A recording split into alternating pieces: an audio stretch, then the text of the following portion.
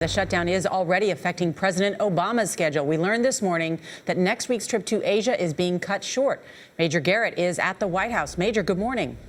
Well, good morning, Nora and Charlie. The White House just announced that because of a lack of government workers due to the shutdown, the president has had to cancel planned visits next week to Malaysia and the Philippines. Other parts of the president's schedule have also been canceled. And as disruptive as these cancellations have been, many here at the White House fear that this battle over the shutdown is a mere prelude to a much larger, more economically consequential fight over the debt ceiling. Now, these are two separate issues. One is funding the government on a day-to-day basis. That's to end the shutdown. The other issue is providing the legal authority for the government to borrow the money it needs to finance nearly $17 trillion in debt and avoid a government default.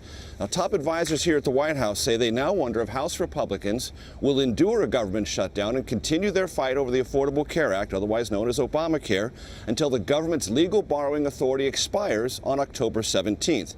Now, Treasury Secretary Jack Lew sent a letter to Congress yesterday urging Congress to raise the debt ceiling because he said he has no more authority to borrow money to avoid default after October 17th.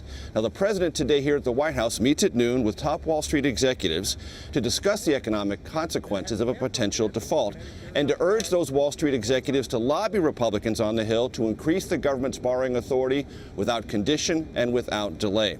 Now, a default would jeopardize the economy in a couple of ways. Economists believe it could lower the United States' credit rating, create a sell-off on Wall Street, and quite possibly lead employers who've just begun hiring workers to tighten their belts. As Nancy said, Charlie and Nora, there are no negotiations going on between this White House and congressional leaders on the shutdown or this looming default crisis. And the question here at the White House is how long can the White House hold on to that position of no negotiations at all?